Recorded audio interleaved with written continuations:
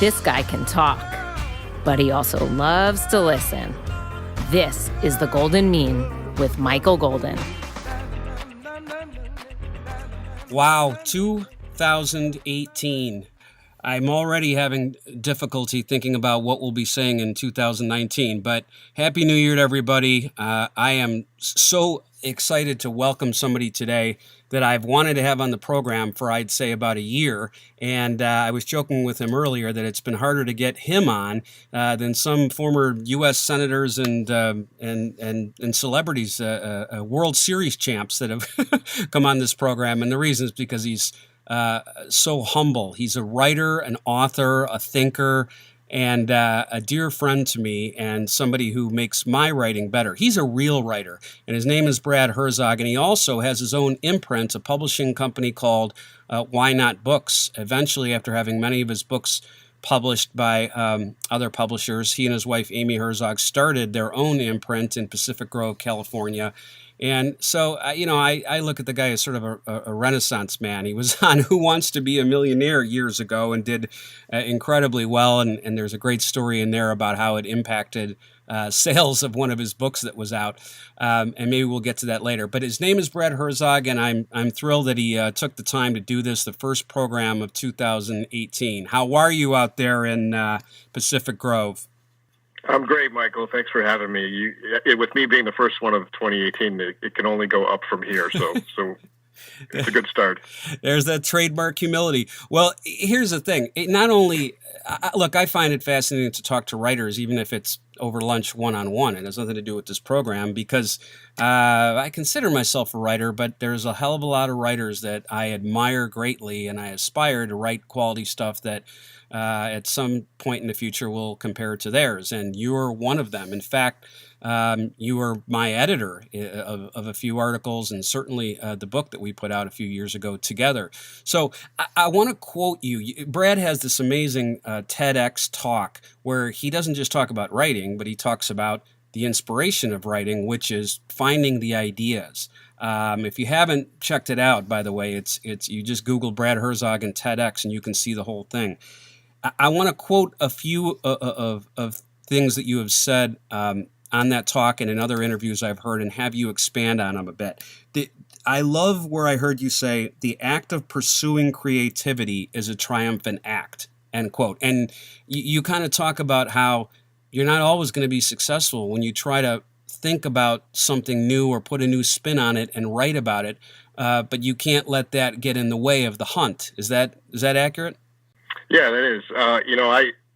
I think it's a triumphant act, just the notion of trying to come up with to create an idea, because there's courage. There's some sort of courage involved with that. I think writing itself takes some hopefulness and courage. And Michael, you know me, hopefulness is not necessarily my strongest point, but it's I don't only look at the glass as half empty. I think it's like sort of leaking usually or something, But courage is a part of that because you're trying to, creativity in and of itself is a risk because you're putting something out there and other people are inherently evaluating it. And I think that even applies to the ideas because it's really easy for other folks to say, well, that's a silly idea. And then when you get to the writing aspect of it, they could certainly judge the writing part of it too. But I do think it all starts with an idea, and I think the sort of courage of wanting to put something new out into the world is pretty inspiring. So even that act itself, that attempt itself, I think is triumphant. And whether or not there's someone else evaluates it as a success in the future is something else. But even that attempt, I think, is a great thing. And you've said that you just sort of wonder aloud about everything. You ask yourself questions or other people questions, but you're constantly noticing these little things. And sometimes that's what turns into the best stories or articles or books. Give folks an example of that. I've heard a few of them, but what's your favorite? Well, I think, it's a blessing and a curse as a writer. I always, one thing, you and I have something in common, and we've discussed this, that we, one thing we enjoy is stand-up comedy. And the notion that because I think being a writer, at least the kind of writer that I feel like I am, is a similar thing where a stand-up comedian or a writer, you're sort of going through life and noticing everything. You're observant about everything. The funniest stand-up comedy bits and some of the most insightful writing is someone who took something that you've seen 1,000 times in your life and never really expressed it a certain way or never really noticed a certain aspect of it. So I go through my daily life, as a freelance writer, where often I've done less and less magazine writing as the years have gone on, but with my books or my magazine articles that I've written, I'm pitching an idea to someone, so I'm always looking for an idea, and my mundane daily existence provides those ideas. So I give examples in my TED Talk. I talk about how I was once tying my shoe and I noticed the Nike swoosh, and I wondered who designed that thing. It's probably one of the most iconic logos in the world. How did it happen? And I found the person in Oregon who was asked by Phil Knight, the fledgling CEO of Nike in, I think, 1971, to design something. She was paid $35 for it. But she later got stock options. So I talked to her and found out about that process, and then I decided to apply that. Then a little while later, I was walking through the grocery aisles in the baby food section because I had little babies, and I noticed the Gerber food and the Gerber baby, and I wondered, who is that Gerber baby? That's a drawing of somebody. So I did research into that, and that woman, I think her name is Ann Turner Cook, is still alive in Florida, I believe, and she'll always be the world's most famous baby.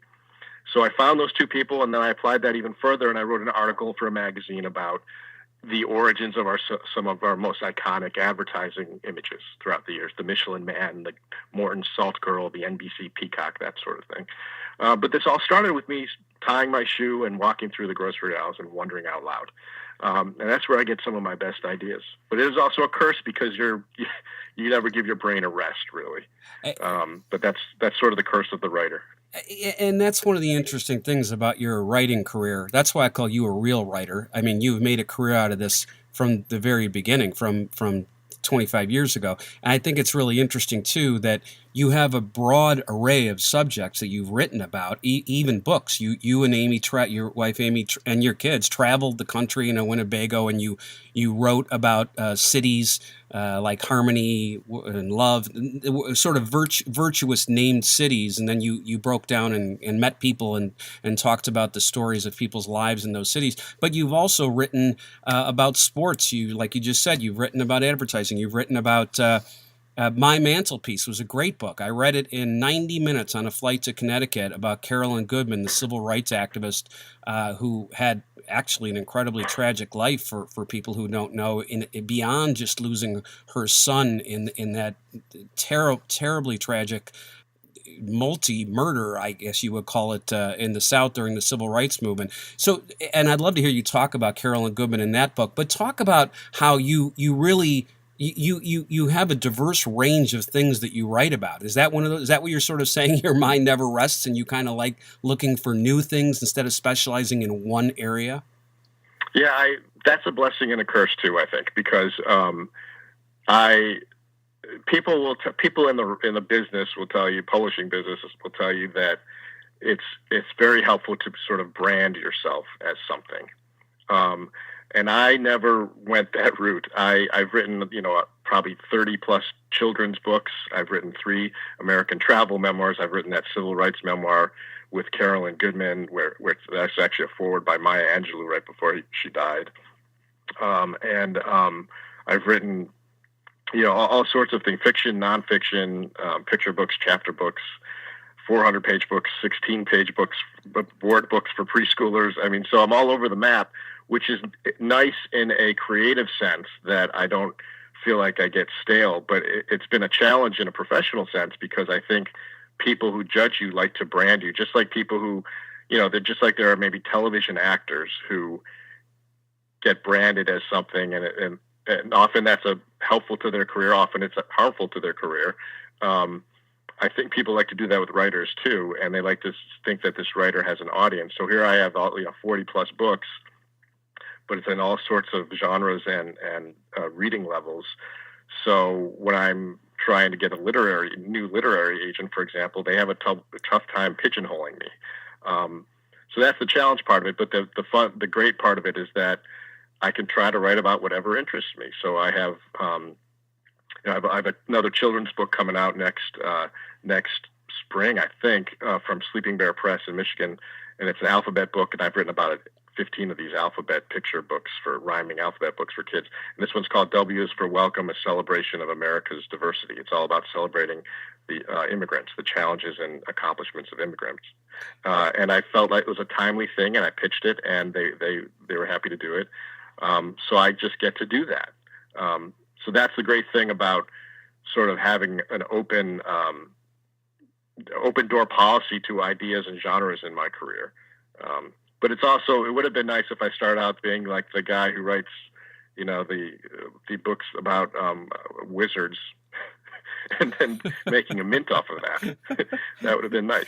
You and I are simpatico that way, and it's funny because every 6-7 years I'll change my career to something else, and it's connected to the last one, but you sort of start over if you have that sort of limited attention span, or if the positive spin of it is that you're really curious and you like new challenges. But as you say, the downside of it is you may never become excellent in one specific area. I mean, this podcast came out of writing Unlock Congress that you were involved in, and then writing in general and teaching and all of that. And I just thought, I want to, I hope people listen, but I just want to talk to these people, and I want to hear their stories for myself. I just will enjoy doing it because I'm curious about this stuff.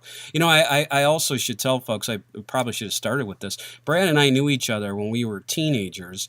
He and his family lived across the street from my stepmother's house. And so we came in contact a lot, although we weren't close friends and went to different high schools.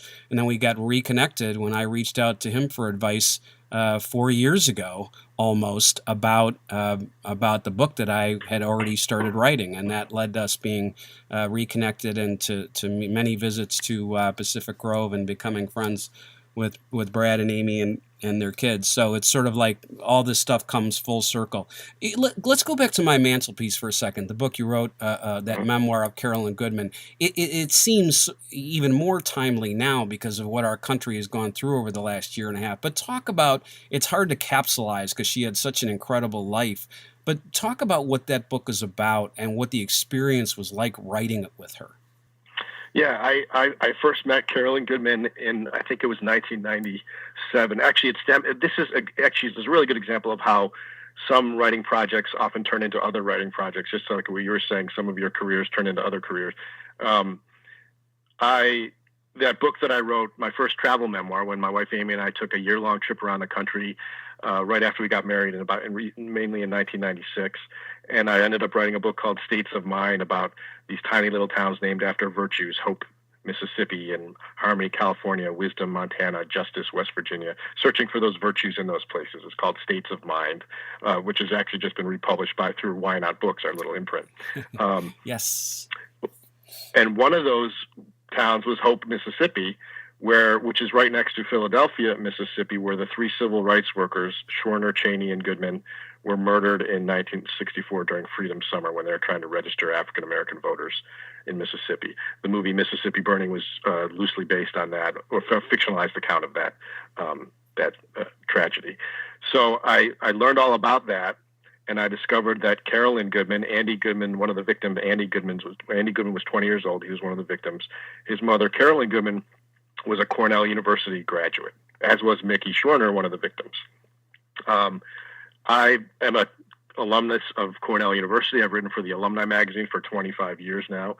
So I wrote an article for the magazine about Carolyn Goodman and her efforts to basically turn her son's martyrdom into a mission to better the world and to continue his efforts, his legacy of human rights and voting rights, etc.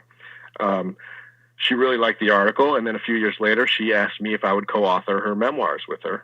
So we spent a lot of time together. I flew to New York and Long Island and spent time with her and got her whole life story through various interviews. And then we had trouble getting it published, actually. And then she passed away in 2007. Her surviving son, David, came across the unfinished manuscript and asked me to finish it.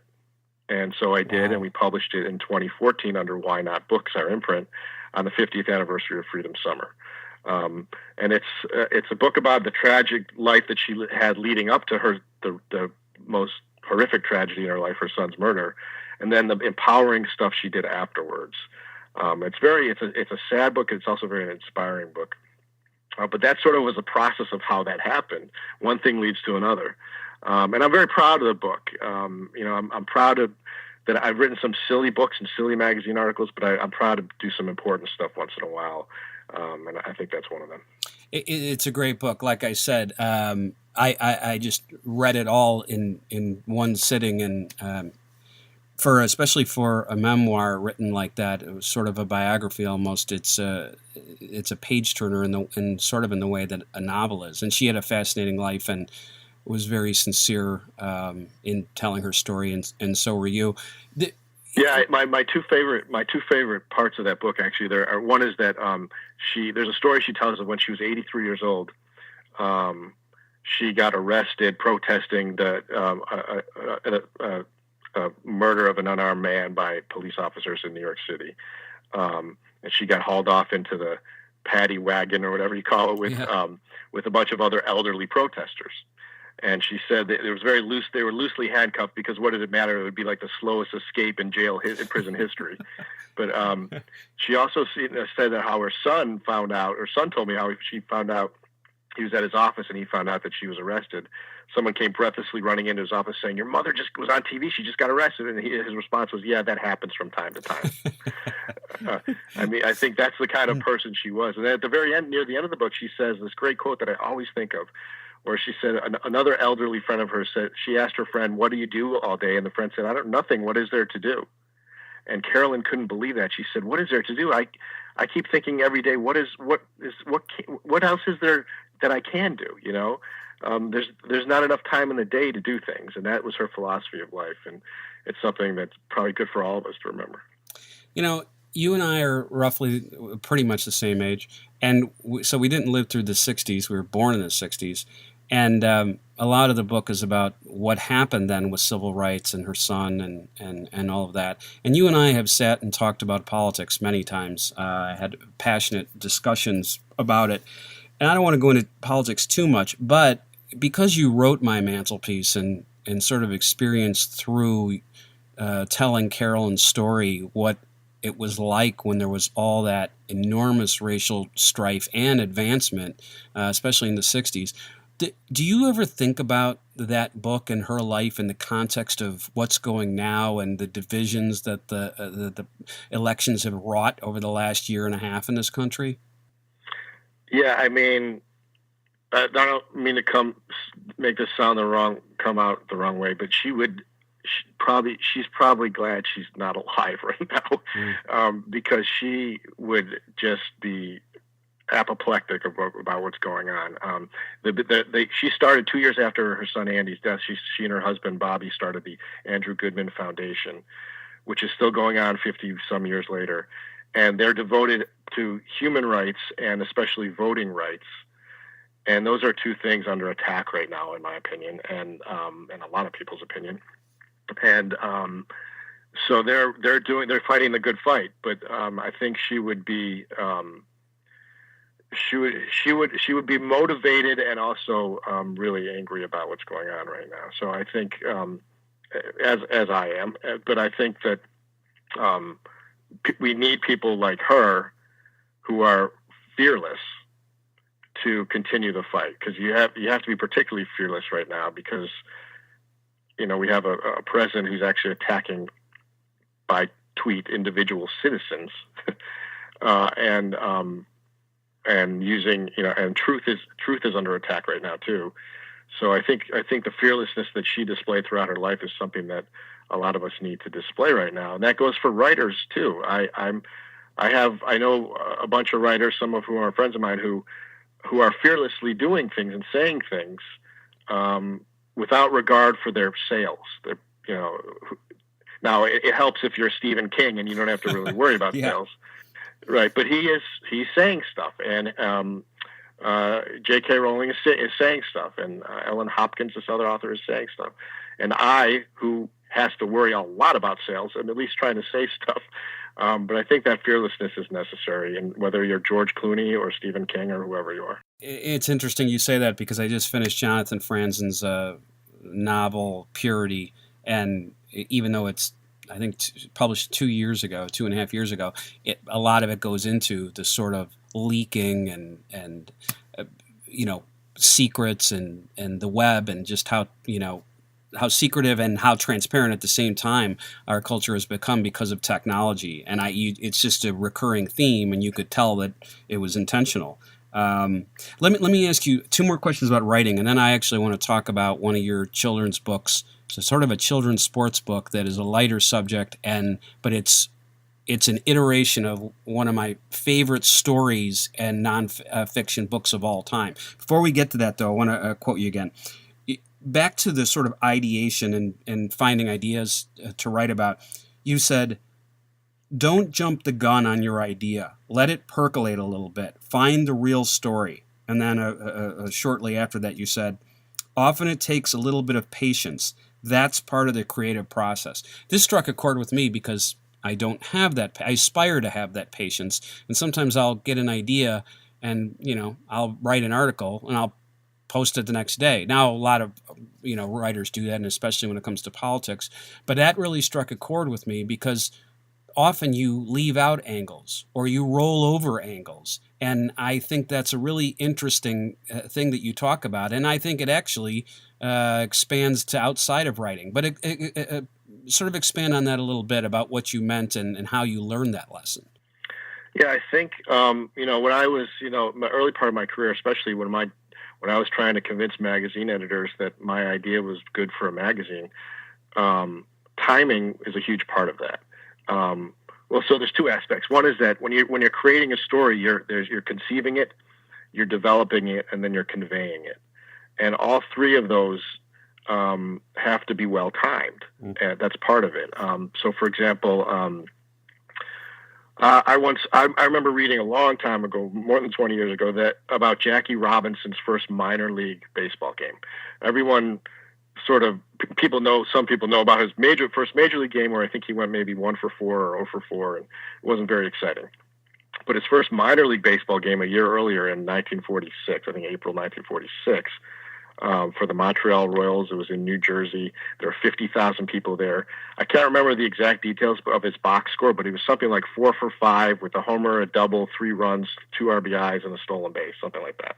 An incredible debut under incredible pressure. And I thought, wow, I should write an article about that. But what I did was I waited until 1996, the 50th anniversary of that, and I pitched it to Sports Illustrated. And they let me write a little 1-page story about it.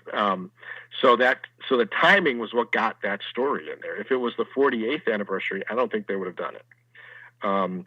So that's one example.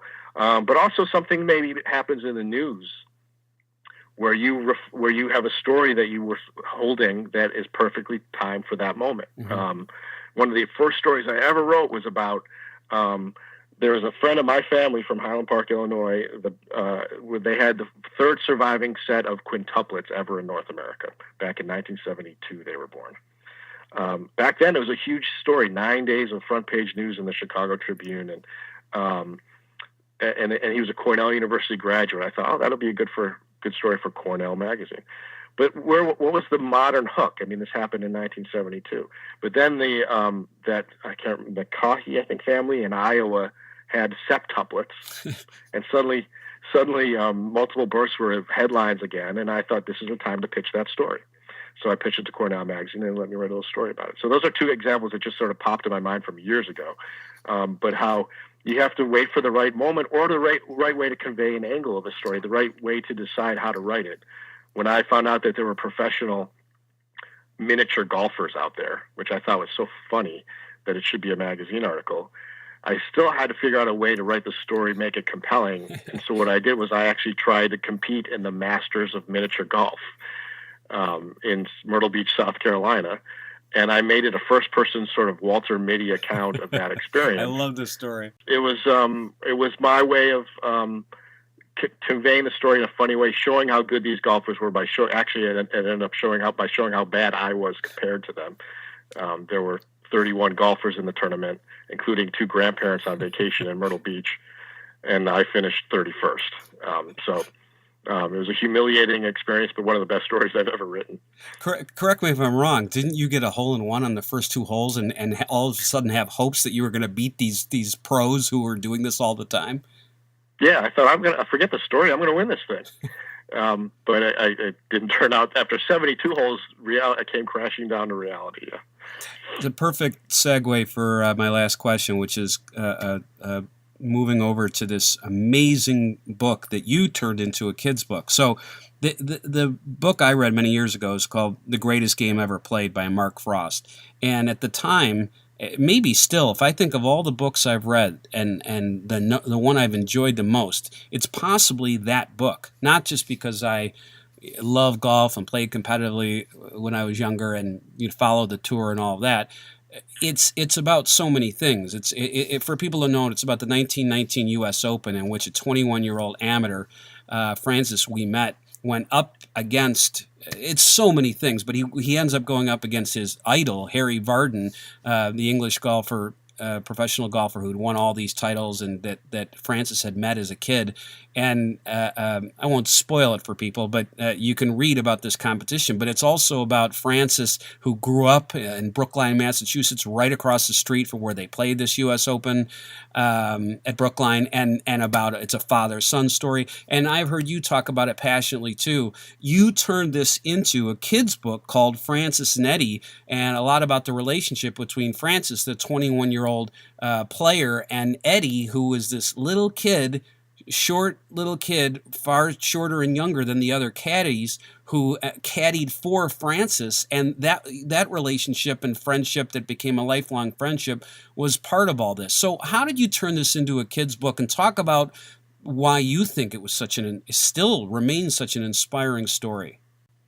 Yeah, I've known about the story for years. In fact, I wrote a book for one of the first books I ever wrote was called The Sports 100. It was about 25 years ago, a ranking of the 100 most important people in American sports history. Babe Ruth, Jackie Robinson, Muhammad Ali, but also the guy who invented the point spread for gambling and built the first domed stadium and invented the sports section of the newspaper and that sort of thing. And Francis Ouimet was on that list because he was this transformational figure in American golf. And it's this incredible, I always say it's the greatest championship sports story that I know of. I agree. This guy who lives across, the unknown 20-year-old from across the street, the 1913 U.S. Open was and goes against the greatest golfers in the world with a 10-year-old caddy, and it transforms the game. And I thought, and I do love that book also by Mark Frost, and I thought, I can't believe this has never been a book for kids. There's how many championship sports stories have a 10-year-old at the heart of the story? So my friend Zach Pullen, who's my favorite illustrator, and I are both big golf fans, and we created a book together called Francis and Eddie. And then, but actually, when I launched the book at a local municipal golf course about a mile from my house, I found out the day before from a friend of mine who writes for Sports Illustrated that Eddie Lowry, the 10-year-old, who wound up becoming a millionaire in California, by the way, he is buried at like 100 yards from where I was talking about in my book, and I didn't even know it. So that was pretty weird. But I thought, what a great story. I always say it's the greatest championship sports story ever. And then I would always add, unless the Chicago Cubs win the World Series. And then lo and behold, they did. So actually my latest book is called Murphy's Ticket. That's all about the curse of the Billy Goat and the Chicago Cubs. That's my latest children's book. So anything that I think is a story that I find compelling, that I think kids will find compelling, I'll turn it into a children's book if I can. What do you think is the biggest lesson in that book that you wrote for kids, Francis and Eddie? Because you put lessons into these books and in that sort of entertainment container. But what have people told you about what their kids loved most about it? Well, I think my favorite moment of the story is when, and it's not really a spoiler to say what happens, but when Francis is going into a playoff with just him against Harry Vardon and Ted Ray, pretty much the two greatest golfers in the world. And after he started off with no people following him around the course, and then there were 10,000 people following them around the course. But then they were going into a playoff, and the people at the country club in Brookline stopped Francis and said, "Hey, you got to get rid of your caddy. This is the U.S. Open we're talking about. You can win the whole thing. You need someone who knows the golf course. You need an adult on your bag. And Eddie was 10 feet away crying, and Francis looked at the men and said, "Nope, I got the guy I want on my bag. I'm sticking with Eddie."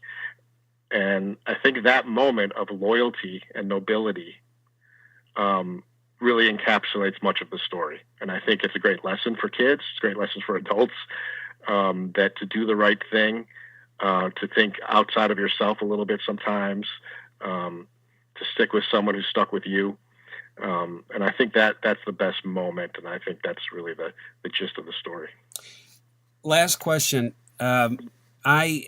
I wrote you, I don't know, a couple weeks ago, and I think I said something like, do you ever feel like you're never going to write something that is truly immortal, or something dramatic like that? And obviously I'm asking someone who I think is a better writer and that I look up to. And I want to quote your response and then ask you a question. You said, "I think writing is a hopeful endeavor, so it's strongly connected to mood and outlook."